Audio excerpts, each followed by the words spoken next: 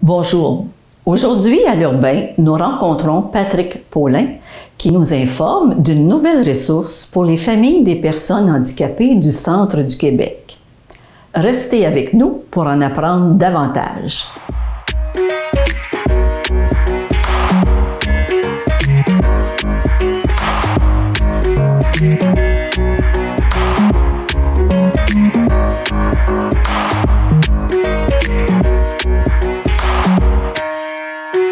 Bonjour, Monsieur Paulin.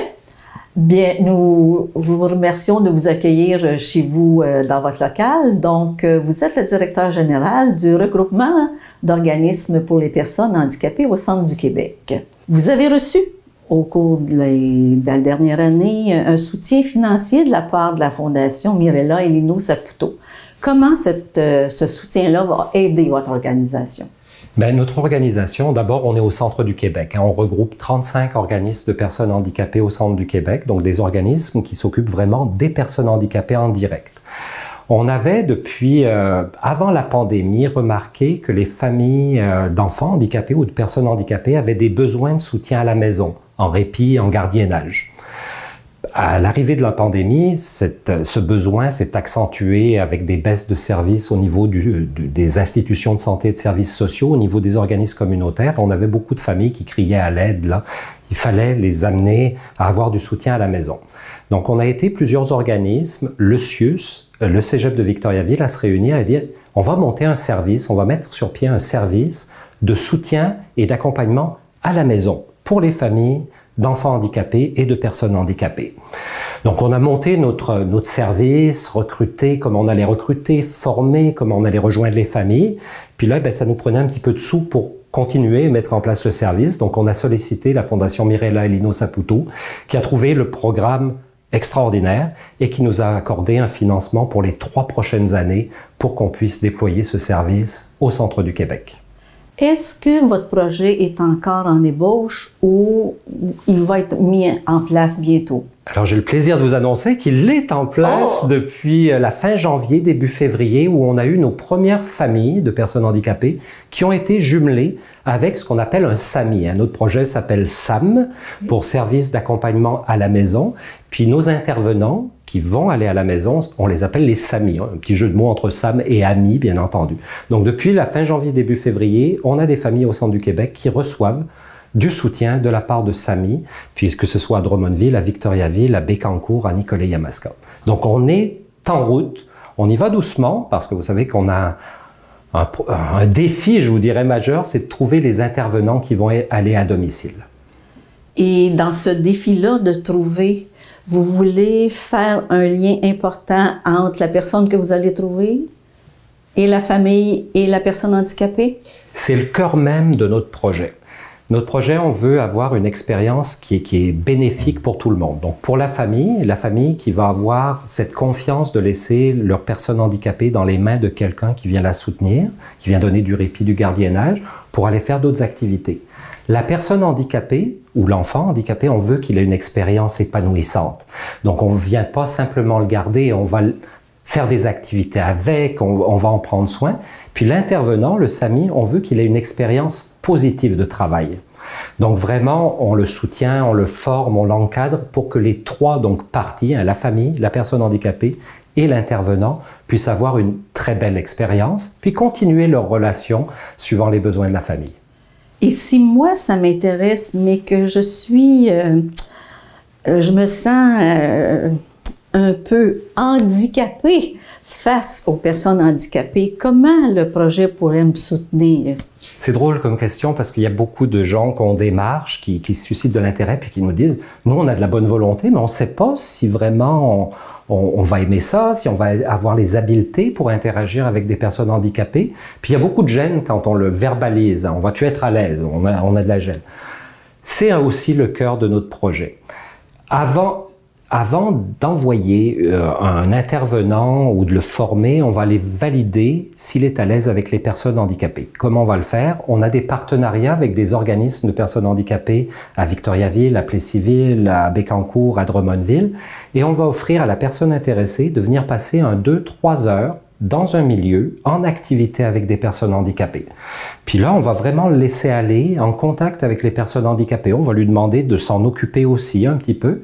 Et à la fin de la journée, on va s'asseoir avec la personne et lui dire « T'es-tu à l'aise? » Puis il n'y a pas de gêne à avoir. J'ai eu personnellement, moi, des gens qui m'ont dit « Je voulais, mais je me sens pas à l'aise. » C'est pas grave, il n'y a pas de honte. On peut pas être à l'aise dans tous nos métiers. Donc vraiment, on va aller vérifier. Puis si la personne nous dit « Ouais, moi ça m'intéresse, je me sens vraiment, j'ai envie de faire ça », là on va commencer un processus de formation.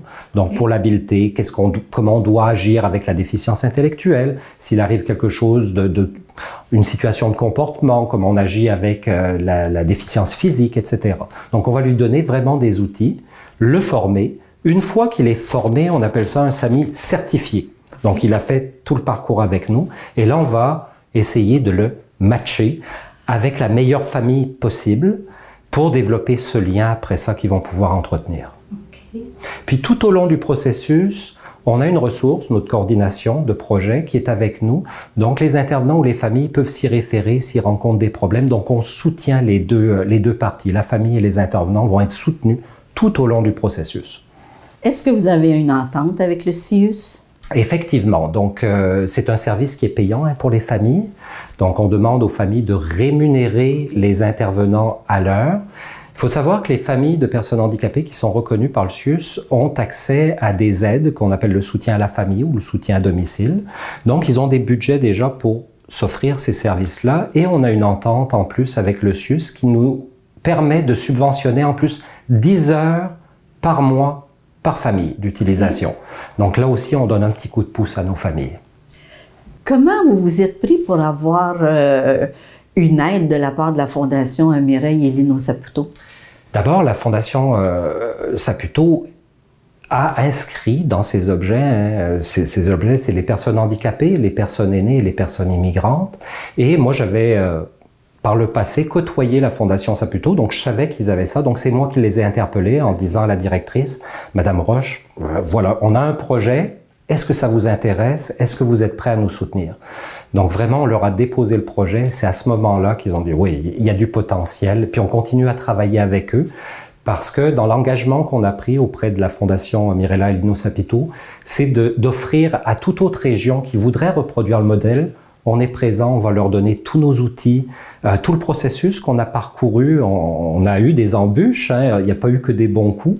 Donc on va pouvoir accompagner si le Bas-Saint-Laurent, si le Lac-Saint-Jean veut implanter ce programme ou regarder comment l'implanter, on va être là pour leur donner le soutien. Vous êtes vraiment les initiateurs du projet? Tout à fait, tout à fait. Et vous couvrez plusieurs MRC? Les 5 MRC du centre du Québec, donc on est présent dans l'Érable, dans Arthabasca bien entendu, Bécancour, Nicolet-Yamaska et la MRC de Drummondville. Et si je suis intéressée par votre projet, comment je peux m'inscrire? Qui je dois contacter? Donc un numéro de téléphone, c'est le numéro de téléphone d'Europe, 819-818-1374, petit coup de fil. Et je vais rediriger, c'est le numéro auquel je réponds, donc vous allez tomber sur moi, puis je vais vous rediriger vraiment à notre ressource qui va pouvoir vous accompagner, vous donner toute l'information et pouvoir vous dire comment ça se passe. Bien, on vous remercie. Et je vous dirais, le même numéro de téléphone, vous êtes une famille, vous avez besoin de services, vous nous appelez.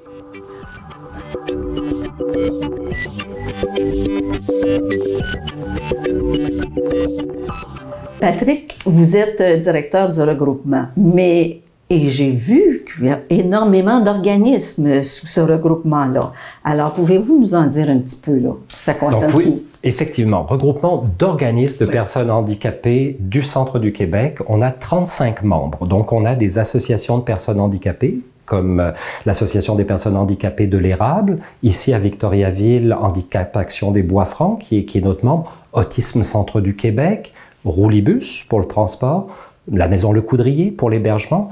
Donc, ce sont des organismes qui viennent en première ligne pour les personnes handicapées. Ils donnent des services aux personnes handicapées. Nous, on regroupe ces organismes-là et notre mission principale, c'est de faire de la défense collective de droits des personnes handicapées. Donc, nous, notre rôle, c'est vraiment d'aller voir dans la société, d'aller voir un peu de partout, Quand est-ce qu'on ne respecte pas les droits des personnes handicapées? Et quand on s'aperçoit que les droits ne sont pas respectés ou qu'il y aurait de l'amélioration à faire, on va s'asseoir avec des interlocuteurs, que ce soit le gouvernement provincial, le gouvernement fédéral, les municipalités, le CIUS, les commissions scolaires, tous les acteurs de la société. On va les interpeller, on va leur présenter le défi de respect des droits et avec eux, on va essayer de trouver des solutions pour améliorer la qualité de vie des personnes handicapées et de leurs familles également. Et si je vous suis bien, ce ne sont pas que les handicaps physiques. On regroupe absolument toutes sortes de handicaps, que ce soit handicap visuel. Un de nos membres, c'est l'association récréative des aveugles, qui est basée à Trois-Rivières, mais qui couvre le centre du Québec. Déficience physique, on en a parlé, handicap action par exemple. Déficience intellectuelle, troubles du spectre de l'autisme également, ou alors des maladies, comme la sclérose en plaques. Donc, qui sont tous nos membres. Leur particularité, c'est qu'ils servent des gens qui vont connaître ou qui connaissent une situation de handicap. Les traumatisés crânio-cérébraux aussi sont avec nous. Donc, tout un large panel du handicap. Santé auditive, on a l'Association de surdité du Centre du Québec, on a la PMBF, l'Association pour les malentendants Bois-Franc qui est avec nous. Donc, vraiment, tout un panel. Vous aidez vraiment plusieurs personnes dans la grande région des MRC. Effectivement. Vous savez, d'après les dernières statistiques, on dit que 17% de la population du Québec est handicapée. Donc, c'est quand même un bon bassin. Donc, prétentieusement, je dis que notre groupement représente 17% de la population du centre du Québec. Ça commence à faire beaucoup de monde. Ben, merci au nom de tous ces gens. Merci beaucoup.